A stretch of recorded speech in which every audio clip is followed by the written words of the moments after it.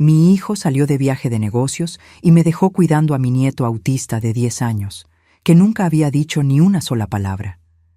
Pero tan pronto como la puerta se cerró, él me miró a los ojos y susurró con una voz clara: «Abuelita, no te tomes el vino que te dio mi papá.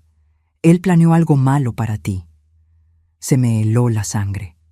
Aquella botella cara estaba en mi refrigerador, esperando el momento perfecto para ser abierta. Pero antes de continuar, asegúrate de estar suscrito al canal y escribe en los comentarios: ¿desde dónde estás viendo este video? Nos encanta saber hasta dónde están llegando nuestras historias. Nunca imaginé que a los 68 años mi vida pudiera ponerse de cabeza de esa manera. Siempre fui una mujer independiente, viuda desde hace 5 años, viviendo sola en mi casa cómoda en una zona residencial tranquila. Mi hijo Rafael era todo para mí, incluso con nuestros altibajos a lo largo de los años. Él era ejecutivo de una gran empresa, siempre viajando, siempre demasiado ocupado para visitar a su madre con frecuencia. Cuando me llamó aquel martes pidiendo un favor enorme, no lo pensé 2 veces. «Mamá, necesito mucho tu ayuda. Tengo un viaje urgente para cerrar un negocio importante y no tengo con quién dejar a Pedro. Su niñera renunció de última hora y tú sabes lo difícil que es encontrar a alguien que sepa tratar con él».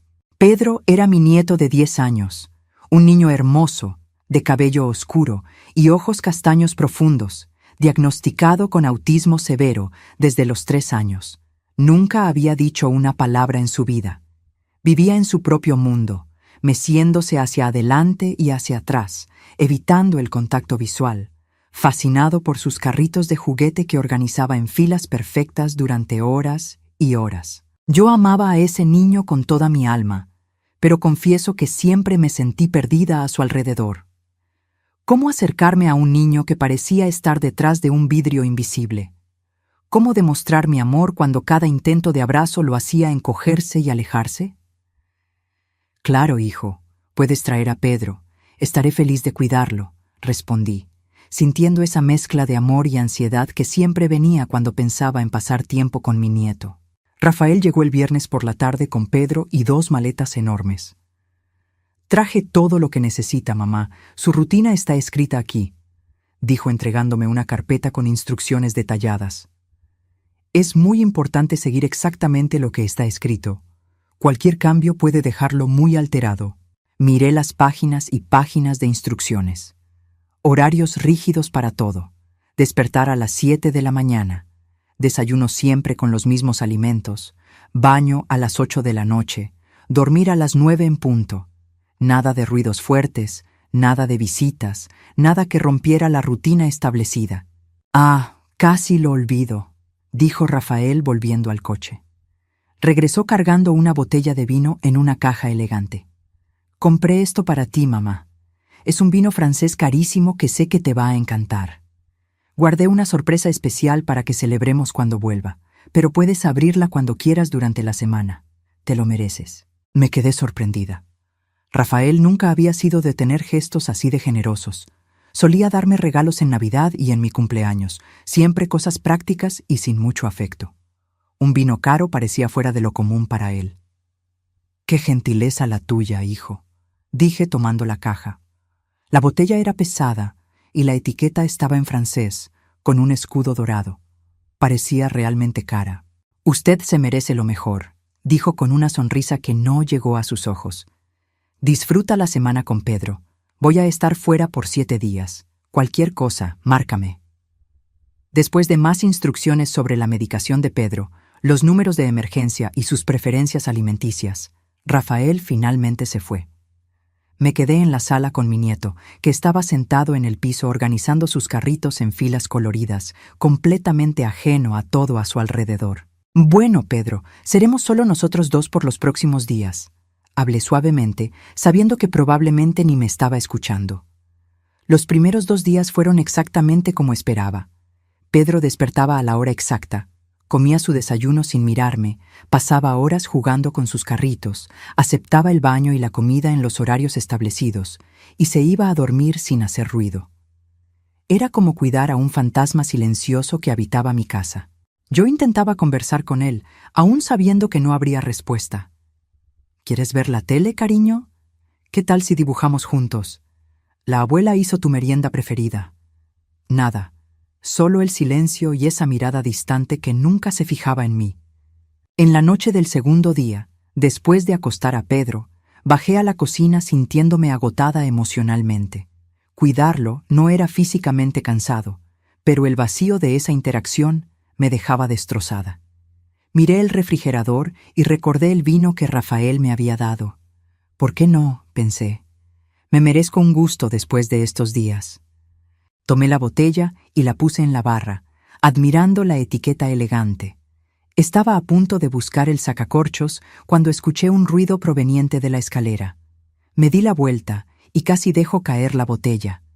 Pedro estaba parado en el último escalón, mirándome fijamente. Pero no era la mirada vaga de siempre. Era una mirada intensa, enfocada, llena de intención.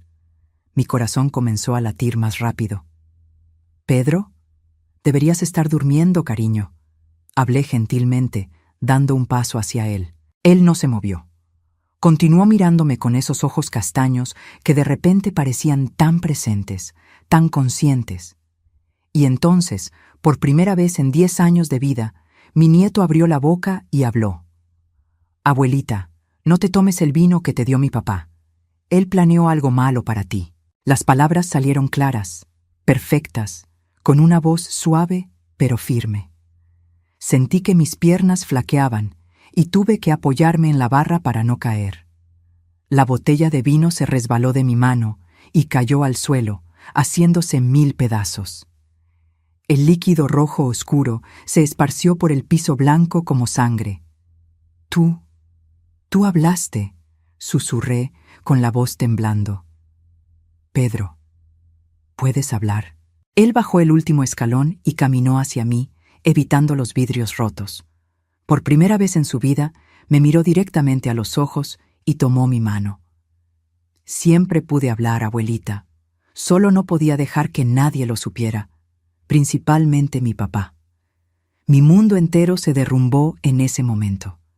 10 años.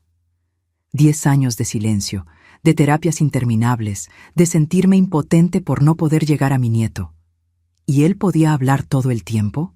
«No entiendo», logré decir, todavía en shock. «¿Por qué nunca hablaste? ¿Por qué fingías?». «Porque mi papá me obligó», dijo Pedro, y vi lágrimas comenzar a rodar por su rostro.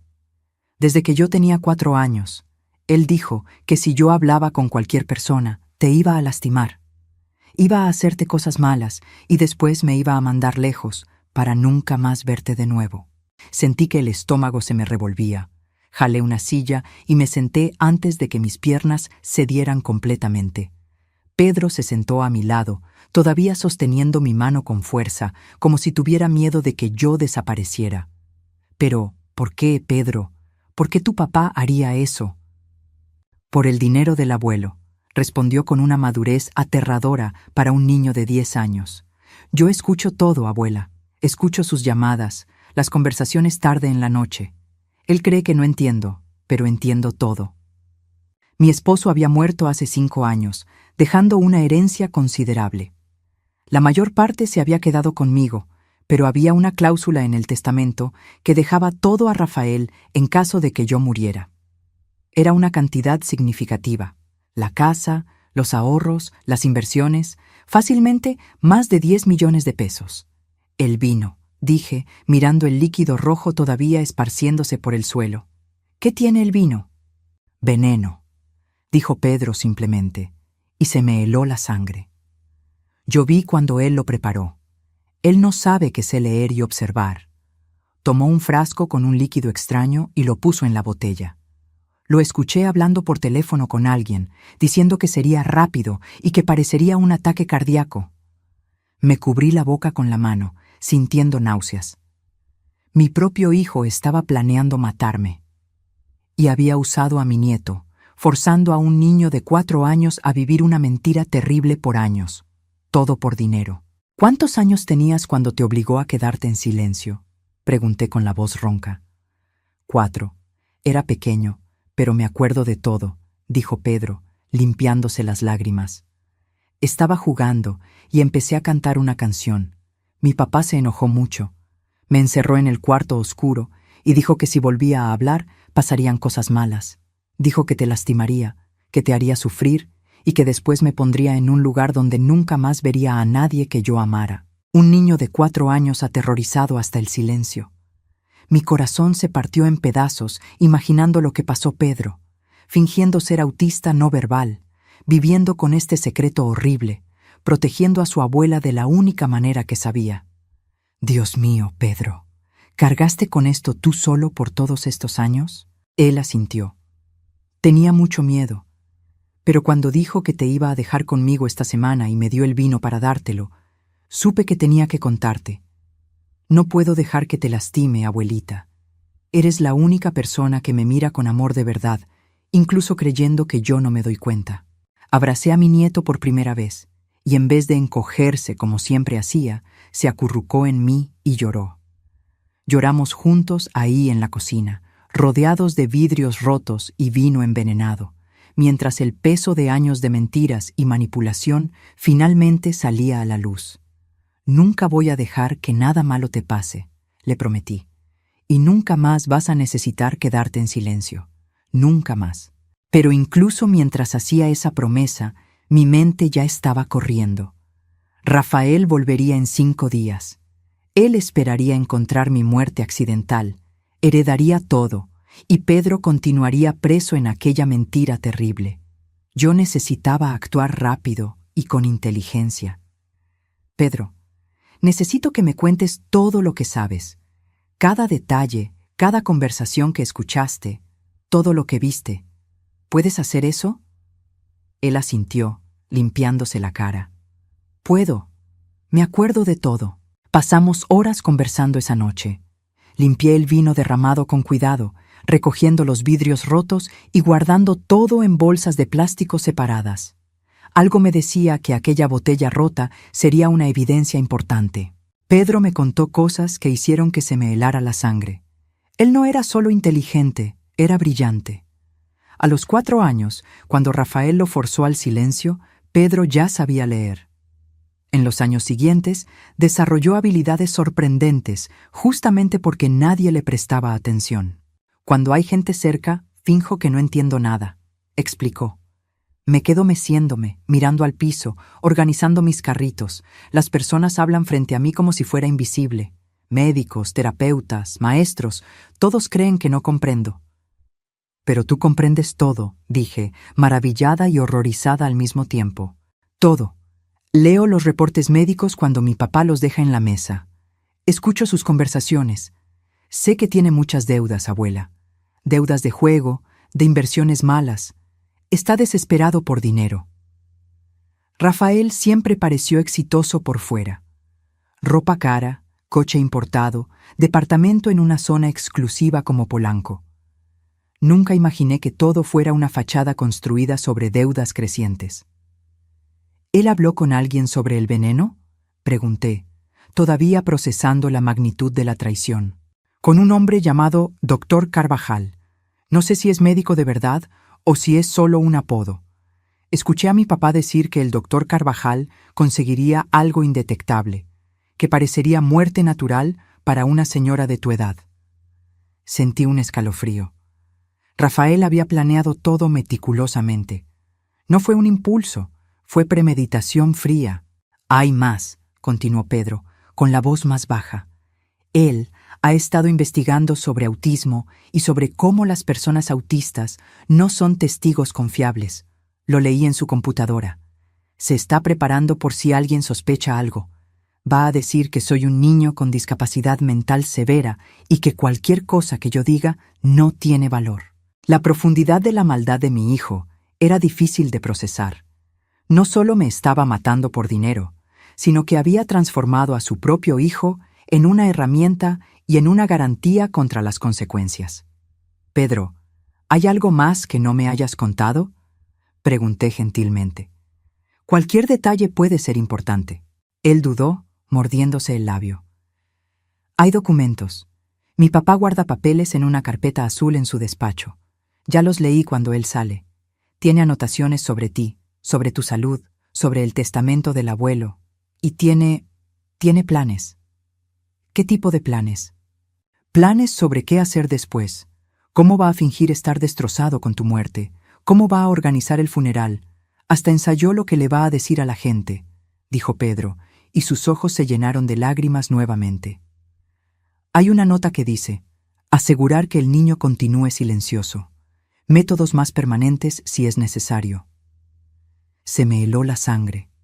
Rafael estaba considerando hacer algo permanente con Pedro si creía que el secreto estaba en riesgo. Él nunca te va a lastimar, prometí, jalando a mi nieto cerca. No lo voy a permitir, pero necesitamos ser muy listos sobre cómo manejar esto. Miré el reloj. Era casi medianoche. Teníamos 5 días hasta que Rafael volviera. 5 días para reunir pruebas, hacer un plan y asegurar que mi hijo enfrentara las consecuencias de sus actos sin poner a Pedro en peligro. Primera cosa, dije, vas a seguir fingiendo. Cuando estemos solos, puedes hablar conmigo, pero si alguien viene aquí, necesitas volver a ser el Pedro que todos conocen. ¿Puedes hacer eso? Hago eso desde hace 6 años, abuela, dijo con una tristeza que me partió el corazón. Puedo continuar por unos días más. Segundo, vamos a documentar todo. Voy a conseguir grabar las conversaciones de tu papá si él llama. Voy a fotografiar esos documentos que mencionaste.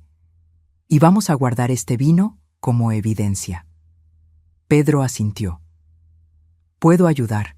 Sé usar la computadora, el celular, todo. La gente subestima a los niños autistas. Creen que no podemos hacer nada. Pasé el resto de esa noche haciendo un plan. Llamé a mi abogado de confianza, el licenciado Enrique, dejando un mensaje diciendo que necesitaba hablar urgentemente sobre actualizar mi testamento. También llamé a mi doctora, la doctora Almeida, agendando una consulta de emergencia. Cuando salió el sol, Pedro estaba durmiendo en el sofá, agotado emocionalmente. Lo cubrí con una manta y me quedé observando a aquel niño extraordinario que había sido forzado a vivir una mentira terrible por tanto tiempo. Rafael iba a pagar por lo que hizo, no solo por intentar matarme, sino por robar años de la infancia de su propio hijo, por transformarlo en una herramienta y mantenerlo prisionero del silencio a través del miedo. A las 9 de la mañana, Rafael llamó. Forcé mi voz para sonar normal y alegre. «Hola, hijo. ¿Cómo va el viaje?» «Todo excelente, mamá. ¿Cómo está Pedro?» «Como siempre, calladito, jugando con sus carritos. Está todo bajo control». «¿Abrió el vino que le di?», preguntó, y pude detectar una ansiedad mal disimulada en su voz. «Todavía no. Lo estoy guardando para una ocasión especial». Mentí suavemente, observando a Pedro despertar en el sofá y mirarme atentamente. Hubo una pausa. «No necesita esperar, mamá. Es para que usted lo disfrute durante la semana. Ábralo hoy en la noche. Relájese un poco. Usted se lo merece». La insistencia era perturbadora. Él estaba ansioso de que yo bebiera pronto. «Tal vez lo abra hoy, sí. Gracias de nuevo por la gentileza, hijo». Después de colgar, Pedro vino hacia mí. ¿Estaba nervioso? Sí, ansioso de que beba el vino. «Quiere que parezca accidental pronto, antes de que alguien pueda intervenir», dijo Pedro con aquella madurez aterradora. «Leí sobre venenos. Los que actúan rápido causan síntomas que pueden confundirse con problemas cardíacos, principalmente en personas mayores». ¿Cómo un niño de 10 años sabía tanto sobre venenos? Pero entonces recordé que Pedro pasó años leyendo todo lo que estaba a su alcance, aprendiendo solo, observando el mundo con una inteligencia que nadie percibía. «Vamos a empezar a reunir pruebas», dije. «Primero, necesito ir al departamento de tu papá». Pedro me miró sorprendido. «¿Cómo vamos a entrar?» «Tengo una llave de repuesto. Tu papá me la dio hace años para emergencias. Él no se acuerda, pero yo todavía la tengo». 2 horas después, estábamos en el departamento de Rafael. El lugar era lujoso pero frío, decorado para impresionar pero sin alma. Pedro me guió directo al despacho. «La carpeta azul está en ese cajón», señaló. «Tiene contraseña electrónica». «¿Te sabes la contraseña?» «Claro. Mi papá usa la misma para todo, su fecha de nacimiento al revés. Tecleé los números y el cajón se abrió. Ahí estaba la carpeta azul, llena de documentos que probarían la premeditación de Rafael. Tomé foto de cada página. Había anotaciones sobre mi rutina, sobre cuándo solía estar sola, sobre mi salud cardíaca. Tenía hasta una copia de mi testamento con cálculos en los márgenes sobre cuánto heredaría. Pero el documento más perturbador era uno que tenía el título Plan de Acción. Era un paso a paso detallado de cómo Rafael pretendía matarme y salir impune. La frialdad de las anotaciones era aterradora. Etapa 1. Administrar sustancia vía vino premium. La víctima aprecia los buenos vinos y no desconfiará. Etapa 2. Esperar 48-72 horas para síntomas. Etapa 3. Descubrir el cuerpo. Mostrar shock convincente. Etapa 4. El médico declarará ataque cardíaco natural. Etapa 5. Funeral rápido. Cremación para evitar exámenes posteriores. Mis manos temblaban fotografiando aquello.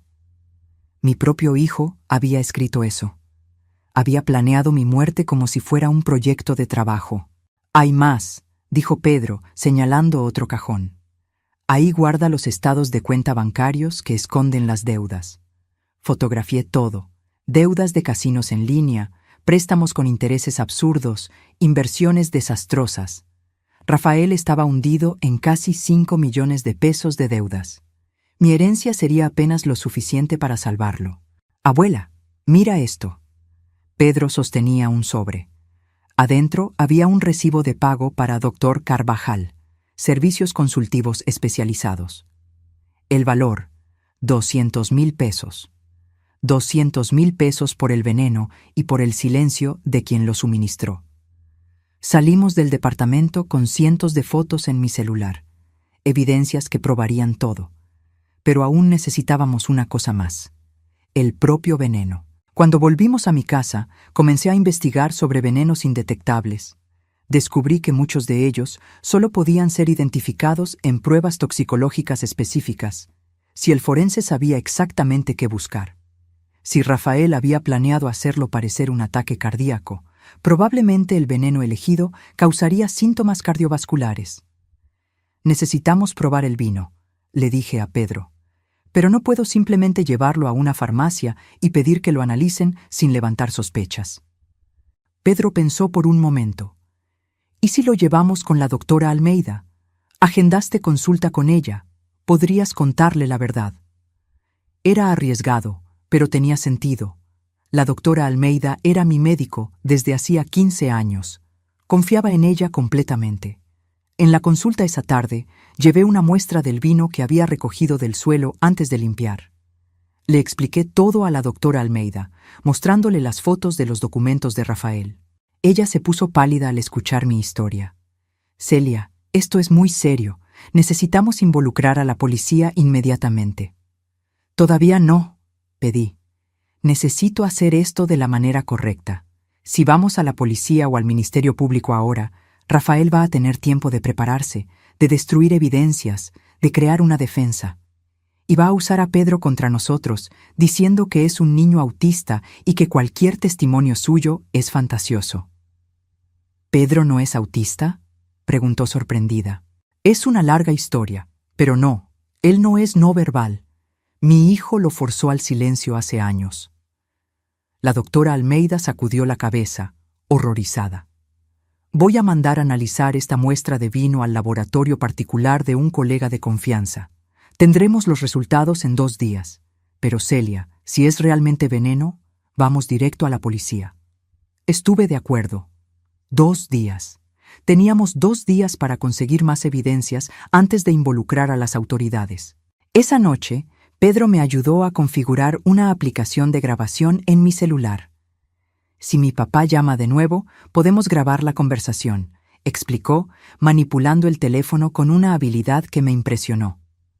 «Y hay una cosa más que podemos hacer». «¿Qué?» «Podemos hacerlo confesar. Si le haces las preguntas correctas, sin parecer que desconfías, él puede acabar hablando de más». La idea era buena, pero arriesgada. Si Rafael percibía que yo sospechaba, Podría cambiar los planes, desaparecer o algo peor. Voy a pensar en cómo abordar eso, prometí. Rafael llamó nuevamente al día siguiente. Apreté el botón de grabar antes de contestar. Hola, hijo. ¿Todo bien? Todo bien, mamá. Solo llamando para saber cómo estás. ¿Abriste el vino? Respiré hondo. Sabes, Rafael, estaba pensando, ¿por qué fuiste tan generoso de repente? No es propio de ti gastar tanto dinero en mí. Hubo una pausa. ¿No puedo ser gentil con mi madre? Puedes, claro. Solo me pareció inusual. ¿Andas bien económicamente? ¿No tienes problemas? ¿Por qué preguntas eso? Intuición de madre. Te has visto estresado últimamente. Si necesitas ayuda, puedes contarme. Tú sabes. Otra pausa, más larga. Mamá, estoy bien. Solo quise tener un gesto bonito. ¿Va a abrir el vino o no? La insistencia era cada vez más clara. Voy a abrirlo hoy en la noche. Estaba esperando el momento correcto para apreciar algo tan especial. Excelente, disfrútelo. Ah, ¿y mamá? No necesita esperar ocasión especial para nada. Usted ya tiene edad para disfrutar las cosas cuando tiene ganas. Ya tiene edad. Las palabras tenían un peso siniestro, como si él estuviera diciendo que yo no tenía mucho tiempo de vida restante.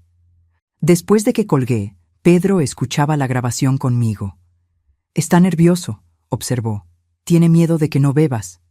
O tal vez esté impaciente por heredar pronto, respondí amargamente. Los resultados del laboratorio llegaron al día siguiente. La doctora Almeida me llamó con voz seria. Celia, el vino contiene una sustancia llamada aconitina. Es un veneno derivado de la planta acónito, extremadamente tóxico. En una dosis como la que estaba en esa botella, causaría un paro cardíaco en cuestión de horas. Y lo peor, sin pruebas específicas, pasaría desapercibido en una autopsia estándar. El médico declararía muerte natural por ataque cardíaco. Sentí que el estómago se me revolvía. Era real. Mi hijo realmente quería matarme. Necesita ir a la policía ahora, insistió la doctora Almeida. Tengo el dictamen aquí. Es evidencia concreta. Un día más, pedí. Solo un día más. Rafael vuelve mañana. Quiero que él se entregue solo. ¿Cómo? Miré a Pedro, que estaba escuchando todo con esos ojos inteligentes. Tengo un plan, pero va a exigir que yo sea una buena actriz. Pasé el resto del día preparando todo. Llamé al licenciado Enrique, mi abogado, y le conté toda la historia. Él se quedó en shock, pero aceptó ayudarme. Voy a preparar documentos de cambio de testamento, dijo. Y voy a estar presente mañana con un notario y agentes cuando confrontes a Rafael. Necesitamos garantizar que todo se haga legalmente y que las pruebas sean admisibles. También llamé a 2 amigas cercanas, Leticia y Marisa, pidiendo que vinieran a mi casa al día siguiente. Ellas no sabían los detalles, pero aceptaron estar ahí. ¿Va a ser como una emboscada?, preguntó Pedro. Más o menos. Tu papá va a llegar esperando encontrar una escena, pero va a encontrar otra completamente diferente. Esa noche ensayé con Pedro todo lo que necesitaba hacer. Él tendría que fingir ser autista no verbal frente a todos hasta el momento exacto en que yo le diera la señal. Entonces, él podría hablar y contar su versión de la historia. «Ya no tengo miedo, abuela», dijo Pedro antes de dormir. «Me cansé de fingir. Quiero poder ser yo mismo». «Mañana lo serás», prometí, «y nunca más vas a necesitar esconder quién eres». Rafael llegaría a las 4 de la tarde del día siguiente. A las 3, mi casa estaba llena. El licenciado Enrique con un notario público, Leticia y Marisa. La doctora Almeida también vino, trayendo una copia del dictamen toxicológico. Puse la botella de vino rota, ahora dentro de una bolsa de plástico como evidencia, sobre la mesa de la sala. Al lado, todas las fotos impresas de los documentos que encontré en el departamento de Rafael. Pedro estaba sentado en el suelo, organizando sus carritos en silencio perfecto, interpretando el papel que fue forzado a vivir por años. Pero yo sabía que por dentro él estaba atento a cada detalle. Cuando sonó el timbre a las 4 en punto, Respiré hondo. Era hora de confrontar a mi hijo. Abrí la puerta y Rafael entró sonriendo, cargando una maleta. «Hola, mamá. Qué gusto verte. ¿Cómo estuvo la semana?» Miró alrededor y su sonrisa murió al ver a todas las personas en la sala. «¿Qué está pasando?», preguntó, con la voz súbitamente tensa. «¿Por qué no entras y te sientas, hijo? Necesitamos conversar». Rafael entró despacio a la sala, su mirada recorriendo a cada persona presente. Vi cuando reconoció al licenciado Enrique, mi abogado, y al notario a su lado. Su expresión cambió de confusión a algo cercano al pánico. «Mamá, ¿qué significa todo esto?», preguntó, intentando mantener la voz calmada pero sin poder disimular la tensión. «Siéntate, Rafael», repetí, señalando el sillón en el centro de la sala, posicionado de forma que él quedara frente a todos nosotros. Él se sentó lentamente, poniendo la maleta a un lado. Sus ojos no dejaban de moverse, calculando, intentando entender la situación. «Primero, quiero que sepas que abrí el vino que me diste», comencé observando su reacción. Él se enderezó en el sillón, un destello de algo, esperanza tal vez, pasando por su rostro. «¿Y? ¿Te gustó?» «No exactamente. Sabes, tuve un pequeño accidente. Dejé caer la botella y se rompió en el piso de la cocina», continué, viendo el color irse de su rostro. «Qué lástima», murmuró. «Era un vino caro». «Lo era. 200,000 pesos caro, para ser más exacta». Él parpadeó confundido. «No costó todo eso. Fue caro, sí, pero no tanto». «Ah, no estaba hablando del precio del vino», aclaré, tomando el recibo que había encontrado en su departamento. «Estaba hablando del precio que le pagaste al doctor Carvajal por sus servicios consultivos especializados». El silencio que cayó en la sala fue ensordecedor. Rafael se puso blanco como el papel. «No sé de qué estás hablando», dijo, pero la voz le salió débil, sin convicción. «No sabes. Tomé el dictamen toxicológico. Entonces tal vez esto ayude a refrescar tu memoria. Es un dictamen del laboratorio analizando el vino que me diste. ¿Quieres saber lo que encontraron?» Rafael se levantó bruscamente.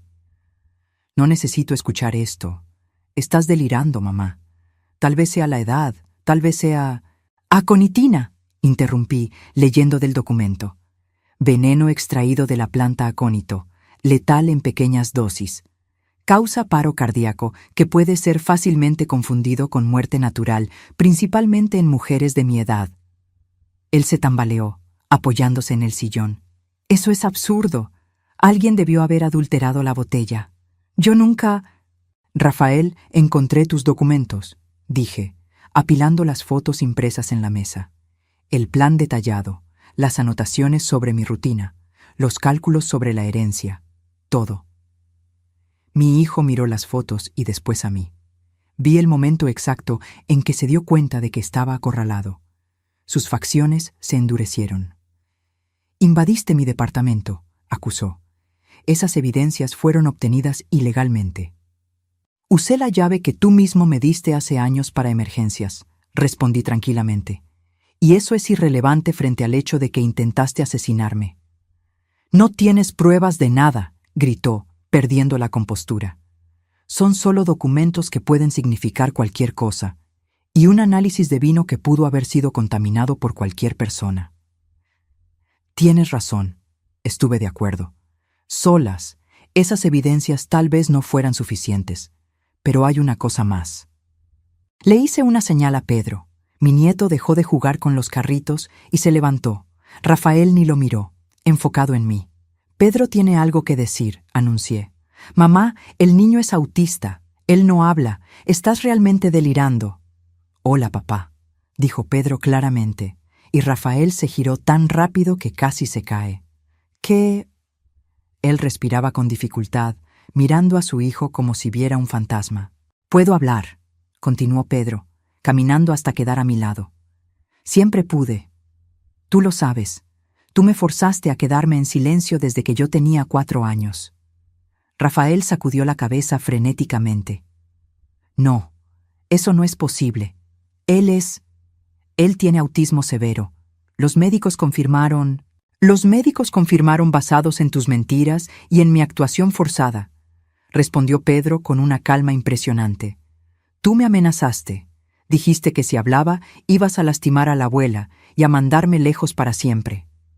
Él está mintiendo, gritó Rafael señalando a su hijo. Alguien le enseñó a decir eso. Esto es manipulación. Rafael, habló el licenciado Enrique por primera vez, su voz grave y autoritaria. Sugiero que dejes de incriminarte aún más. Ya tenemos evidencia suficiente para procesos penales y civiles. ¿Procesos?, rió Rafael amargamente. ¿Basados en qué? ¿En el testimonio de un niño que fingió ser autista toda la vida? Qué conveniente que empiece a hablar justamente ahora. Basados en intento de homicidio con premeditación, respondió el licenciado Enrique. Abuso infantil, fraude y probablemente más acusaciones que van a surgir conforme investiguemos más a fondo. Fue cuando Pedro dio el golpe final. Yo te grabé, papá. Rafael se congeló. ¿Qué? Te grabé hablando por teléfono con el doctor Carvajal. Sé usar tu celular. Usas la misma contraseña para todo. Logré acceder y copié los mensajes también. Las conversaciones sobre el veneno, sobre cómo sería indetectable, sobre cuánto ibas a pagar. Está todo aquí. Pedro sacó una memoria USB del bolsillo. Copié todo y se lo mandé a la abuela por correo también, por si intentabas destruirlo. Vi a mi hijo desmoronarse, literalmente. Se dejó caer en el sillón, el rostro entre las manos. No tenía opción, murmuró. Las deudas, ellos me iban a matar. Gente peligrosa, necesitaba el dinero. ¿Entonces la solución fue matar a tu propia madre?, pregunté, la voz temblando de emoción contenida. ¿Y transformar a tu hijo en una herramienta y en una víctima?, añadió la doctora Almeida, hablando por primera vez. Rafael alzó el rostro y vi lágrimas bajando. Perdón, mamá, perdón de verdad. Yo no quería. Yo estaba desesperado. ¿Desesperado lo suficiente para planear meticulosamente durante meses?, repliqué, tirando las fotos de los documentos frente a él. Esto de aquí no es desesperación, Rafael. Esto es premeditación fría. Calculaste todo. Hasta ensayaste lo que ibas a decir en mi funeral. Él miró los papeles y cerró los ojos. ¿Qué va a pasar ahora?, preguntó en voz baja. Ahora, se adelantó el licenciado Enrique, tienes dos opciones. Podemos ir a la policía inmediatamente y dejar que la justicia penal siga su curso, o puedes cooperar. ¿Cooperar cómo? Entregando al doctor Carvajal y a todos los involucrados, confesando todo formalmente, renunciando a cualquier derecho sobre la herencia de tu madre, y aceptando las consecuencias de tus actos, incluyendo perder la custodia de Pedro. Rafael miró a su hijo. Pedro, no, dijo Pedro firmemente. Tú no eres mi papá de verdad. Un papá no hace lo que tú hiciste, con nadie, mucho menos con su propia mamá y su propio hijo. La madurez y el dolor en las palabras de aquel niño de 10 años me partieron el corazón. Voy a cooperar, dijo Rafael finalmente. Voy a contar todo. Solo, ¿puedo hablar con mamá a solas un minuto? Miré al licenciado Enrique, que sacudió la cabeza. No es aconsejable. Está bien, estuve de acuerdo. Puede hablar aquí mismo frente a todos. Rafael respiró hondo. Mamá, sé que no hay excusa para lo que hice. Sé que nunca me vas a perdonar, pero necesitas saber que yo siempre te amé. Las deudas, la presión, la desesperación, eso me transformó en alguien que ya no reconozco. El amor no intenta matar, respondí simplemente. El amor no aterroriza a un niño de 4 años al silencio. El amor no planea funerales mientras la persona todavía está viva. Él bajó la cabeza. Hay una cosa más que necesitas saber, continué. Ya cambié mi testamento. Tú no heredas nada más de mí. Todo va para Pedro, administrado por un fideicomiso hasta que él cumpla 25 años. Nunca más vas a tener acceso a un centavo mío. Vi la realidad final golpearlo.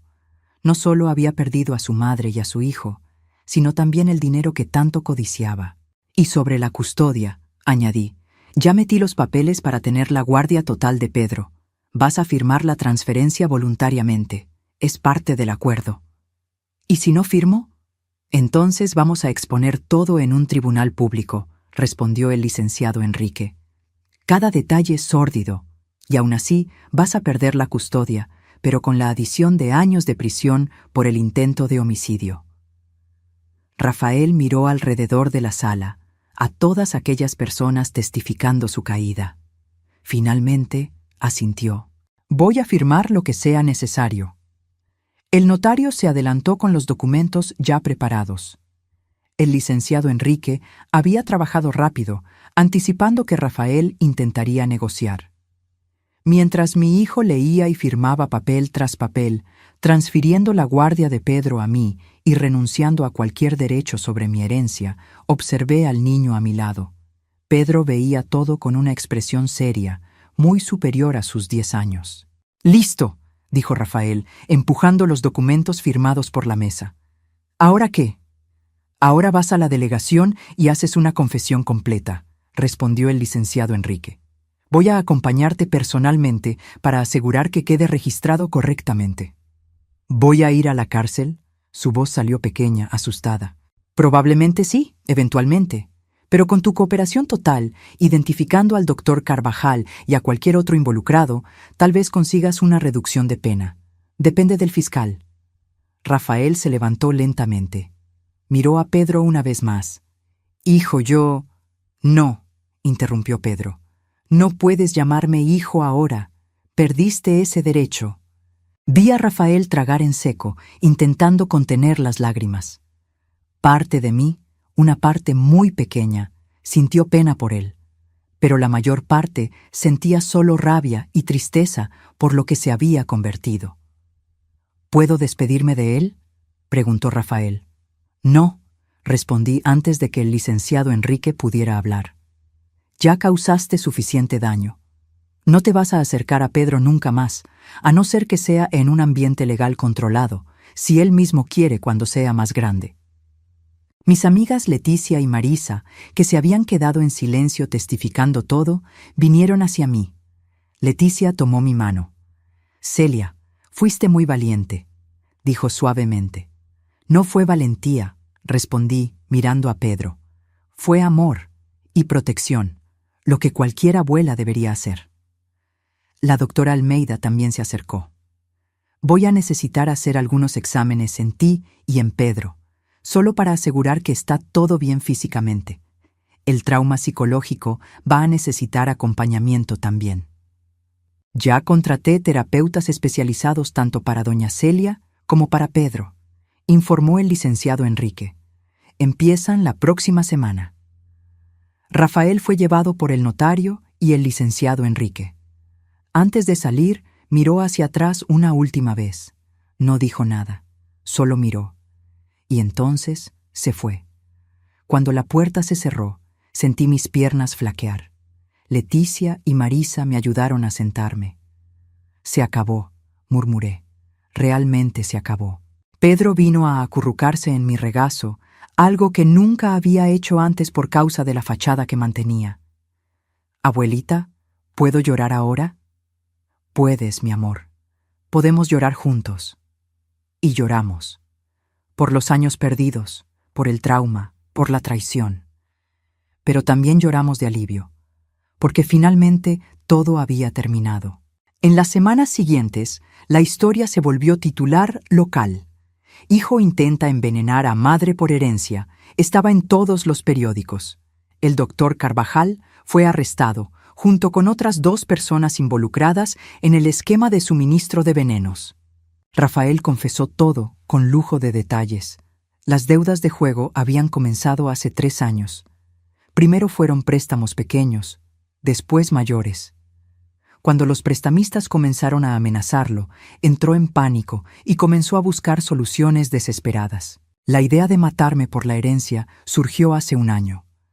Al principio, rechazó el pensamiento, pero conforme las amenazas se ponían más serias y las deudas crecían, la idea se fue volviendo menos absurda en su cabeza, hasta que finalmente cruzó la línea. En cuanto a Pedro, La revelación de que no era realmente autista no verbal causó sensación. Los psicólogos infantiles quedaron fascinados por el caso. ¿Cómo un niño tan pequeño había logrado mantener la fachada por tanto tiempo? ¿Cuánto daño causó eso? La terapeuta de Pedro, la doctora Silvana, trabajó conmigo para entender la extensión del trauma. Él desarrolló mecanismos de protección extraordinarios, explicó en una de nuestras sesiones. Pero el costo fue inmenso. Años cruciales de desarrollo social se perdieron. ¿Se va a recuperar?, pregunté angustiada. Con tiempo, apoyo y mucho amor, sí. Pedro es resiliente, pero va a cargar cicatrices emocionales por el resto de su vida. Comencé a ver esas cicatrices en las semanas siguientes. Pedro tenía pesadillas frecuentes.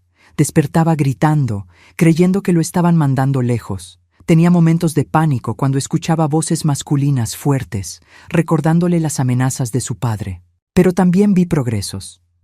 Por primera vez, estaba haciendo amigos. Niños de la colonia venían a jugar. Al principio, Pedro no sabía cómo interactuar. Años fingiendo ser no verbal lo dejaron sin práctica en las interacciones sociales normales. Pero estaba aprendiendo, riendo, siendo niño por primera vez.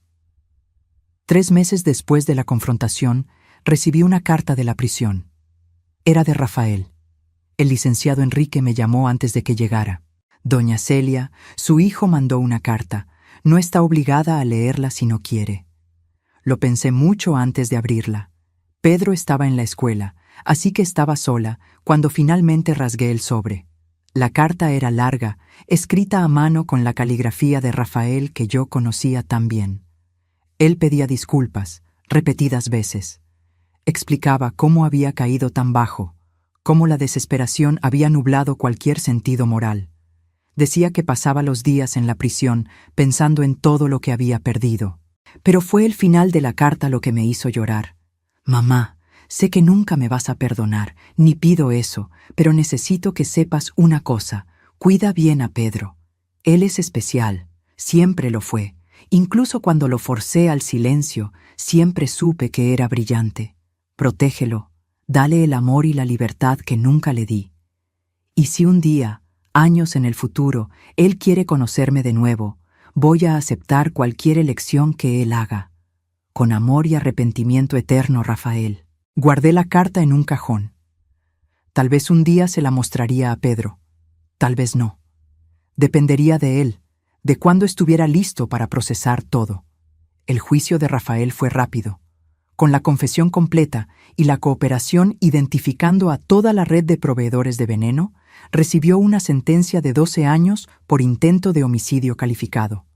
Podría pedir libertad condicional en 8. Cuando supe de la sentencia, sentí nada, ni rabia ni satisfacción, solo un vacío triste por el hijo que perdí, no por la prisión, sino por la codicia y la desesperación. Pedro tuvo una reacción diferente. Cuando le conté sobre la sentencia, simplemente asintió. «Es justo», dijo. «Él hizo cosas malas, tiene que pagar». «¿Y tú?», pregunté. «¿Cómo te sientes sobre todo esto?». Él pensó por un largo momento. «Triste, pero también aliviado. No necesito fingir más, puedo ser yo mismo». «Siempre», prometí, «siempre vas a poder ser tú mismo aquí». La vida se fue normalizando poco a poco. Pedro comenzó a asistir a la escuela normalmente, ya no en clases especiales para niños con necesidades especiales. Los maestros quedaron impresionados con su inteligencia. Él estaba años adelante en lectura y comprensión, resultado de años observando y aprendiendo solo. Pero socialmente estaba atrasado. Hacer amigos era difícil. Los otros niños encontraban extraño que supiera tanto sobre algunos temas y tan poco sobre interacciones básicas. «¿Por qué no sabes jugar a las traes?», preguntó una niña un día. «Todo el mundo sabe». Pedro se avergonzó. «Nunca jugué antes», admitió. «Tuve que enseñar a mi nieto de 10 años cosas que la mayoría de los niños aprenden naturalmente. Cómo compartir, cómo leer expresiones faciales, cómo saber cuándo alguien está jugando o hablando en serio. Eran lecciones básicas que él había perdido por estar preso en el silencio forzado. También tuvimos que lidiar con la atención de los medios. Reporteros querían entrevistas. El niño que fingió ser autista por años era un título tentador. Rechacé todas las solicitudes. Pedro ya fue forzado a hacer un espectáculo una vez, le dije al último reportero que apareció en la puerta. No voy a permitir que eso pase de nuevo. El licenciado Enrique me ayudó a conseguir una orden de restricción contra periodistas. Finalmente, conseguimos un poco de paz. 6 meses después del juicio, Pedro tenía su primera presentación escolar. Una obra sobre el descubrimiento de América. Él tenía un pequeño papel como uno de los marineros. Me senté en el público con Leticia y Marisa, nerviosa. Era la primera vez que Pedro hacía algo público desde que comenzó a hablar. ¿Y si entraba en pánico? ¿Y si el trauma volvía? Pero cuando subió al escenario, vestido con un uniforme de marinero improvisado, algo mágico pasó. Dijo sus líneas con claridad y confianza. Interactuó con los otros niños naturalmente. Hasta sonrió. Cuando la obra terminó y los niños se inclinaron ante el público, vi a Pedro buscándome con los ojos. Cuando me encontró, su sonrisa se hizo aún más grande. Lloré de orgullo. Mi nieto, que había pasado años en silencio forzado, estaba finalmente encontrando su voz de verdad. Después de la presentación, varias mamás vinieron a hablar conmigo. La historia de Pedro era conocida, pero la mayoría tenía el buen sentido de no mencionarla directamente. Su nieto es muy talentoso, dijo una de ellas. Mi hija Sofía habla mucho de él. ¿Son amigos? Miré hacia donde Pedro estaba riendo con un grupo de niños, incluyendo a una niña de cabello rizado que debía ser Sofía. Creo que sí, respondí, sintiendo que mi corazón se calentaba. Creo que está haciendo amigos. En la noche, mientras Pedro se preparaba para dormir, conversamos sobre el día. Me gustó estar en el escenario, dijo. Fue extraño al principio, tener a todo el mundo mirándome, pero después me acostumbré. Estuviste maravilloso, garanticé. Estoy muy orgullosa. ¿Abuela? Dijo, la voz poniéndose más seria.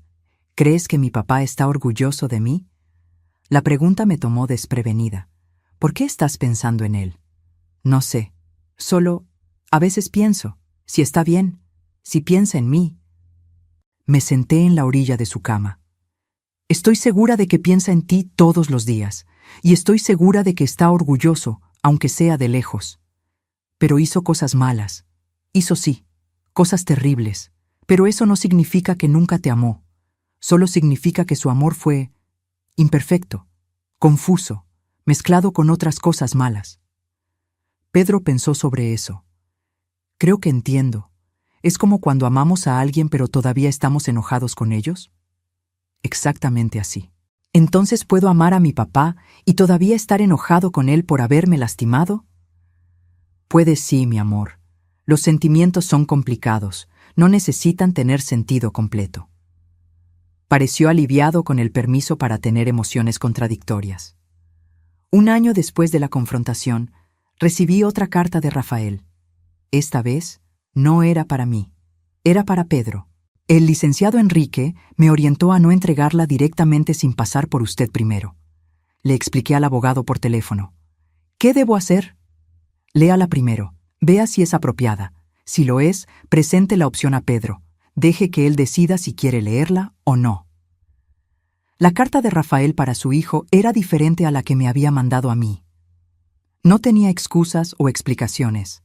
Era solo un padre hablando con su hijo. Rafael contaba sobre la vida en la prisión, sobre las clases que estaba tomando, intentando terminar una carrera que había abandonado años atrás, sobre los libros que estaba leyendo, sobre cómo pensaba en Pedro todos los días. Él no pedía perdón, no pedía una visita, solo compartía su vida de la manera que un padre haría en una carta normal para su hijo. Le mostré la carta a la doctora Silvana primero. ¿Es seguro mostrarle esto? Ella leyó cuidadosamente. No veo nada perjudicial aquí. De hecho, puede ser benéfico. Pedro tiene asuntos no resueltos con el padre. Esto puede ser un paso para procesarlos. Esa noche me senté con Pedro. Tu papá te mandó una carta. No necesitas leerla si no quieres, pero está aquí si quieres. Él miró el sobre por un largo momento. ¿Puedo leerla después? ¿Cuando esté listo? Claro, la voy a dejar aquí en tu cajón. Tú decides cuándo y si quieres leerla. Le tomó 3 semanas mencionar la carta nuevamente. La leí, dijo simplemente durante el desayuno. ¿Y? Fue extraña. Habló sobre cosas normales, como si fuéramos una familia normal. Ustedes fueron una familia, aunque complicada. Preguntó si quiero escribirle de vuelta. Se me apretó el estómago. ¿Y tú quieres? Pedro movió el cereal pensativo. No sé. Parte de mí quiere, pero otra parte todavía está enojada. No necesitas decidir ahora, y no importa lo que decidas, te voy a apoyar. Él asintió, pareciendo aliviado. Más de 3 semanas pasaron.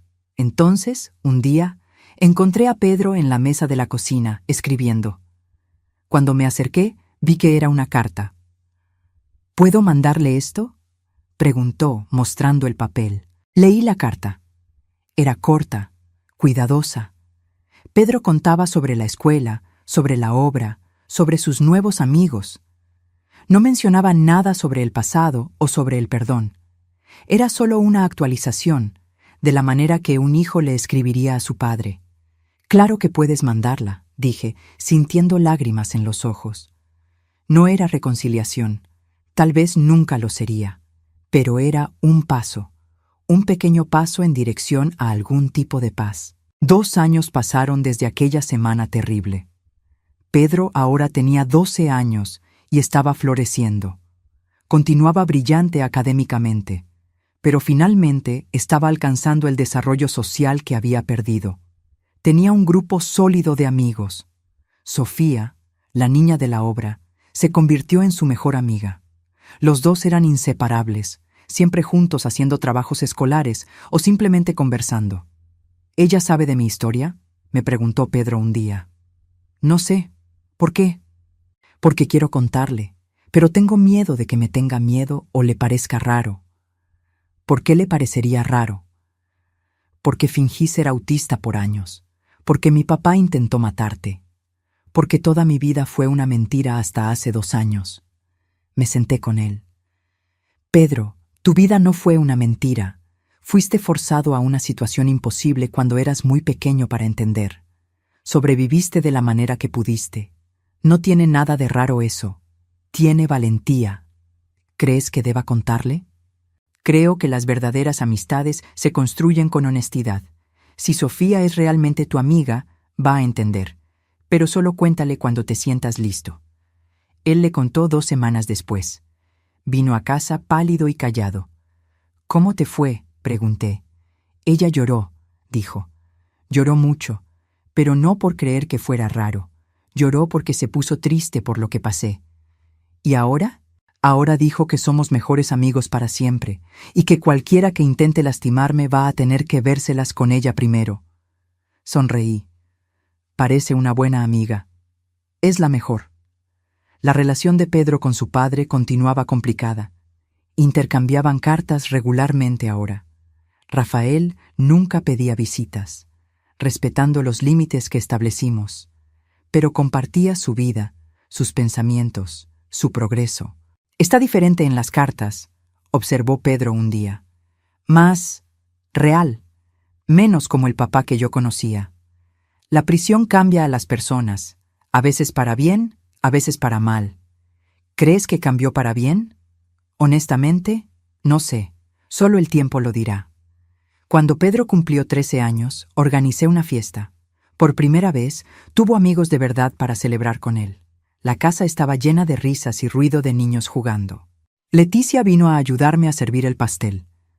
Mira nada más, dijo, señalando a Pedro rodeado de amigos. ¿Quién diría que hace 3 años él estaba viviendo aquella mentira terrible?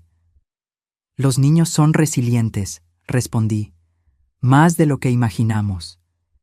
Y las abuelas también, dijo ella, abrazándome.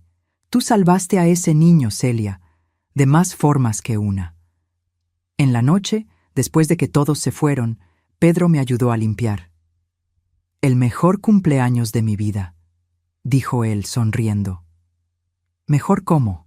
«Porque por primera vez pude ser yo mismo completamente, sin fingir, sin esconder.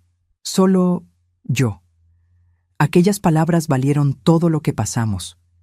En terapia, la doctora Silvana continuaba trabajando con Pedro sobre el trauma.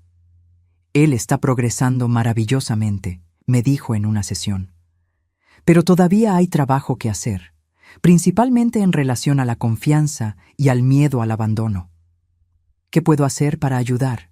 Continúe haciendo lo que ya hace, siendo constante, presente, amorosa. Es lo que él más necesita». Pedro todavía tenía pesadillas ocasionales. Todavía tenía momentos de ansiedad cuando hombres desconocidos se acercaban.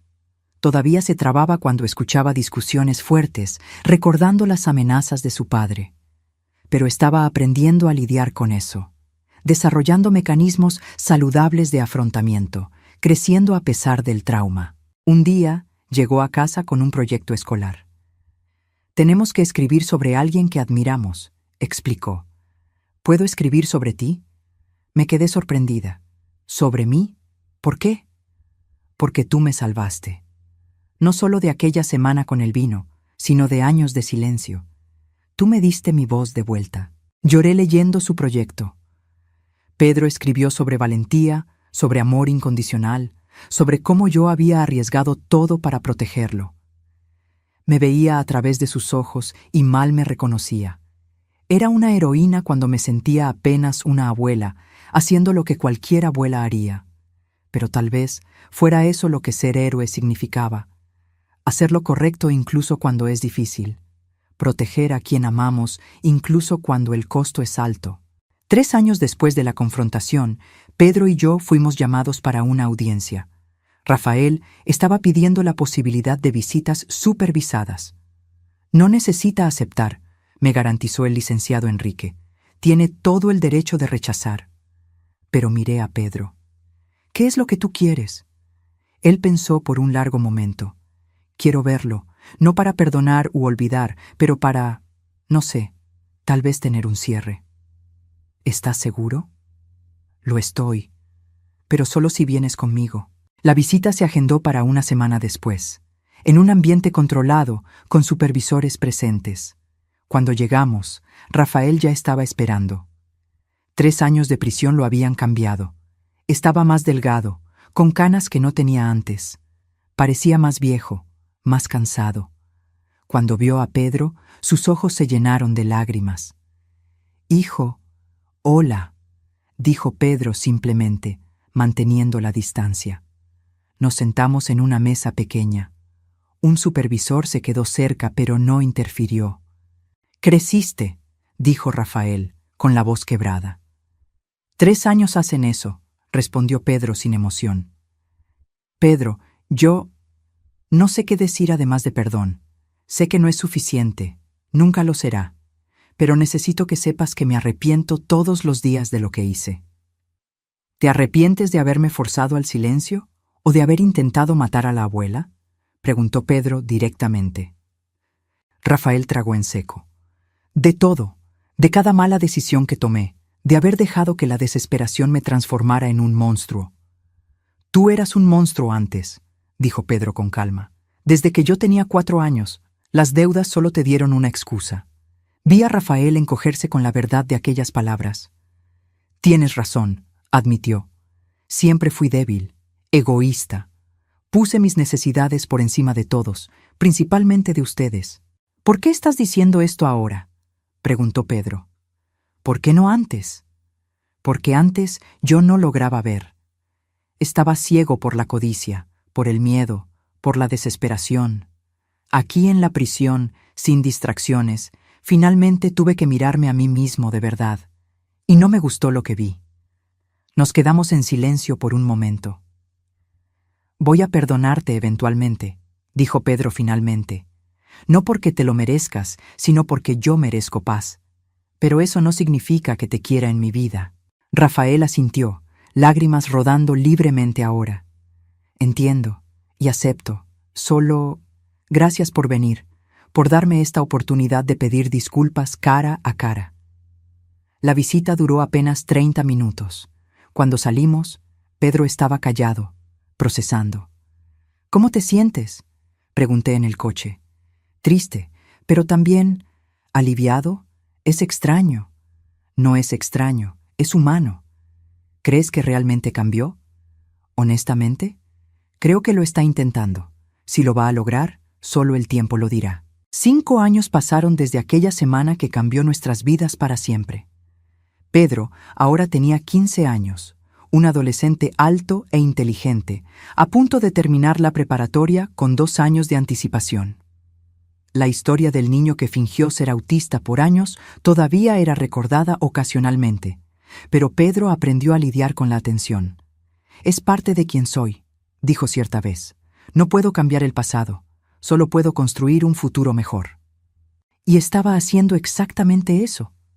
Había sido aceptado en varias universidades prestigiosas, con becas completas. Quería estudiar psicología, especializarse en trauma infantil. Quiero ayudar a otros niños que pasaron por lo que pasé, explicó. Niños forzados al silencio de diferentes maneras. Quiero darles voz como tú me la diste a mí. Rafael había sido liberado en libertad condicional después de 5 años por buen comportamiento. No intentó acercarse a nosotros sin permiso. Consiguió un empleo humilde, pagando sus deudas lentamente. Ocasionalmente, él y Pedro se encontraban. No era una reconciliación completa, pero era algo. Una relación cautelosa, llena de límites claros, pero con espacio para crecer. Él está realmente diferente, me dijo Pedro después de uno de los encuentros. Más humilde, más real. ¿Eso te hace feliz? Me deja esperanzado. No sé si un día vamos a tener una relación normal de padre e hijo, pero por lo menos ya no es aquella pesadilla. En cuanto a mí, a los 73 años, finalmente encontré una paz que no sabía que me faltaba. Criar a Pedro me había dado un propósito renovado. Verlo florecer a pesar del trauma había sido la mayor alegría de mi vida. También me involucré en trabajo voluntario, ayudando a otras víctimas de abuso familiar. Mi historia se había vuelto pública y muchas personas me buscaban pidiendo consejos o solo alguien que entendiera. Transformaste algo terrible en algo hermoso, me dijo Leticia cierta vez. Tomaste el peor momento de tu vida y lo usaste para ayudar a otros. No tuve opción, respondí. O dejaba que aquello me destruyera o lo usaba para construir algo mejor. En una tarde de domingo, Pedro y yo estábamos en la terraza, tomando limonada y viendo la puesta de sol. Él estaba leyendo un libro de psicología, siempre estudiando, siempre aprendiendo. «Abuela», dijo de repente, marcando la página, «¿te acuerdas de aquella noche? Cuando finalmente hablé? ¿Cómo podría olvidarlo? A veces pienso en lo que habría pasado si yo no hubiera hablado, si hubiera dejado que bebieras el vino. Se me apretó el corazón. ¿Por qué piensas en eso? Porque me recuerda cuánto una única elección puede cambiar todo. Si yo me hubiera quedado en silencio una vez más, por miedo, habrías muerto, y yo estaría viviendo aquella mentira hasta hoy. Pero fuiste valiente, hiciste la elección correcta. Fue difícil, admitió. Estaba aterrorizado. Creía que mi papá iba a cumplir las amenazas, que te iba a perder de cualquier forma. Pero te arriesgaste aún así, porque te amo, y el amor es más fuerte que el miedo. Abracé a mi nieto, ese niño extraordinario que había enfrentado horrores que ningún niño debería enfrentar, y salió del otro lado más fuerte, más compasivo, más decidido a hacer la diferencia en el mundo. Voy a extrañarte cuando te vayas a la universidad, admití. Voy a extrañarte también, pero es solo en otra ciudad. Voy a visitar cada fin de semana que pueda. No necesitas hacerlo. Disfruta tu juventud, haz amigos, vive tu vida. Mi vida siempre va a tener espacio para ti, dijo firmemente. Tú me enseñaste que la familia no es sobre la sangre, es sobre a quién elegimos amar y proteger. Esa noche, después de que Pedro se fue a dormir, me senté sola en la cocina donde todo había comenzado 5 años atrás. El lugar donde la botella de vino envenenado se había despedazado en el suelo. El lugar donde mi nieto había finalmente encontrado su voz. ¿Cuántas vidas caben en una vida? ¿Cuántas versiones de nosotros mismos existen? Yo era la joven madre que crió a Rafael, la esposa que perdió al marido, la abuela que creía que nunca conocería verdaderamente a su nieto. Y ahora era la matriarca que había salvado a su familia del peor tipo de traición. Todas esas versiones coexistían en mí, cada una dejando sus marcas, sus aprendizajes, sus cicatrices. Pero si pudiera volver y cambiar algo, ¿cambiaría? ¿Evitaría aquella semana terrible? La respuesta era complicada. Claro que no quería que Pedro hubiera sufrido. No quería que Rafael se hubiera convertido en quien se convirtió. Pero al mismo tiempo, aquella semana nos dio algo precioso: la verdad y la oportunidad de reconstruir sobre bases honestas. Pedro nunca habría encontrado su voz si no fuera forzado a hacer una elección imposible. Yo nunca habría descubierto la fuerza que tenía dentro de mí. Rafael nunca habría confrontado sus demonios. Eran lecciones terribles, aprendidas de la manera más difícil, pero eran lecciones verdaderas. Escuché pasos en la escalera y me di la vuelta. Pedro estaba ahí, en pijama, pareciendo más joven que sus 15 años. ¿No puedes dormir?, pregunté. Tuve una pesadilla, la antigua sobre que me mandan lejos. Las pesadillas eran raras ahora, pero todavía ocurrían ocasionalmente. Ven acá. Abrí mis brazos y él vino a acurrucarse como hacía cuando era más pequeño. Perdón por todavía tener esos sueños, murmuró. Sé que ya pasó. No necesitas disculparte por procesar trauma. Ve a tu tiempo, no hay prisa. Pero quiero superar, quiero ser fuerte. Ya eres fuerte, más fuerte que cualquier persona que conozco.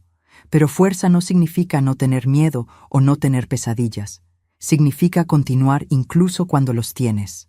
Nos quedamos sentados juntos en la cocina, abuela y nieto, sobrevivientes de una tormenta terrible, hasta que Pedro finalmente se relajó y comenzó a dormitar.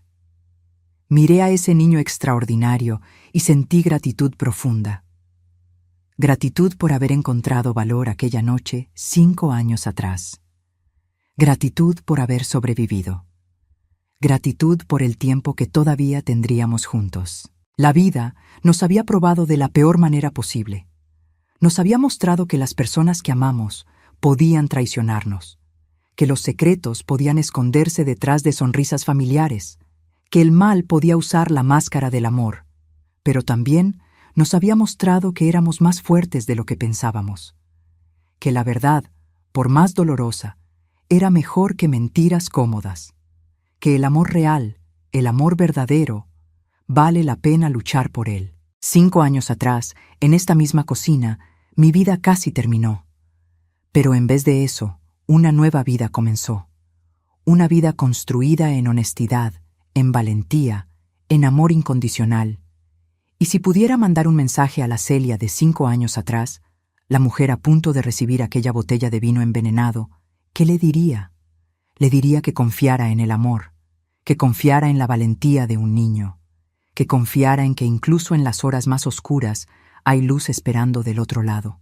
Le diría que va a sobrevivir, que va a ser más fuerte, que va a transformar la mayor traición en una historia de redención.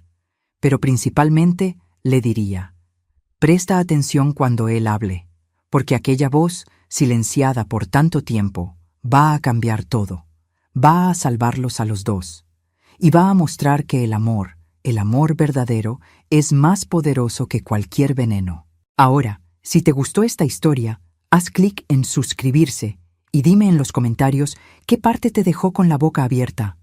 Ah, y no olvides convertirte en miembro para tener acceso a videos exclusivos que no subo aquí. Te espero allá.